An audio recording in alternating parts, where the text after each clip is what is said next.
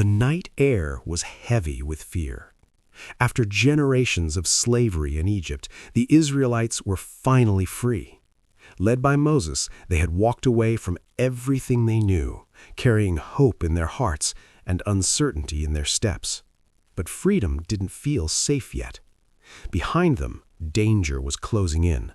Pharaoh, the king of Egypt, had changed his mind. He wasn't ready to let his slaves go. So he sent his army.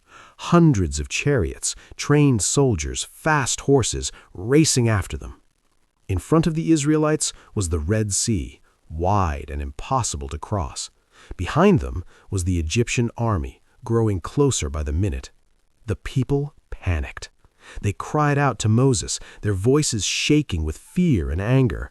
"Why did you bring us out here? Were there not enough graves in Egypt? We would have been better off staying as slaves than dying in the desert." Moses stood before them, calm but firm. "Do not be afraid," he said. "Stand still, and you will see the deliverance of the Lord. The Egyptians you see today, you will never see again." It sounded impossible. The sea didn't move. The army didn't stop. But then something incredible began to happen. God told Moses to stretch out his hand over the sea. As Moses obeyed, a strong wind began to blow across the water. All night long, the wind pushed back the sea, splitting it apart. The waters rose like walls on both sides, and in the middle, a dry path appeared. Where there had been no way, now there was a way. The Israelites stood in awe. Then, one by one, they began to walk forward, onto the seabed, between towering walls of water. Families held hands. Children looked around in wonder. Fear slowly turned into faith as they crossed to the other side. Behind them, Pharaoh's army reached the edge of the sea. Seeing the path, they rushed in after the Israelites, confident they could catch them. But they didn't understand what was really happening. As the last of the Israelites stepped safely onto dry land, God told Moses to stretch out his hand once more.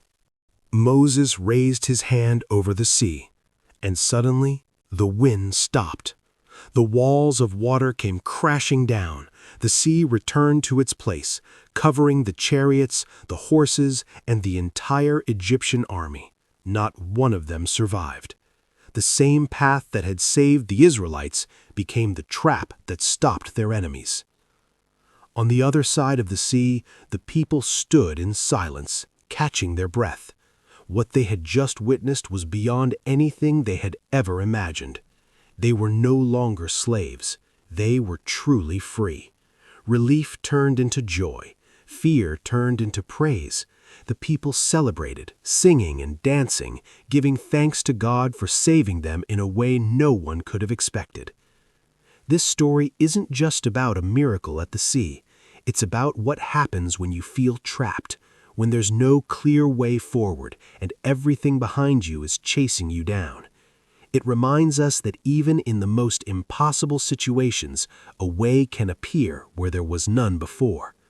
The Israelites thought they were at the end, but it was actually the beginning of something new. And sometimes the same is true for us. When fear says you're stuck, faith says wait and see. Because the story of Moses and the Red Sea shows us one powerful truth. Even when you can't see a way out, a way can still be made.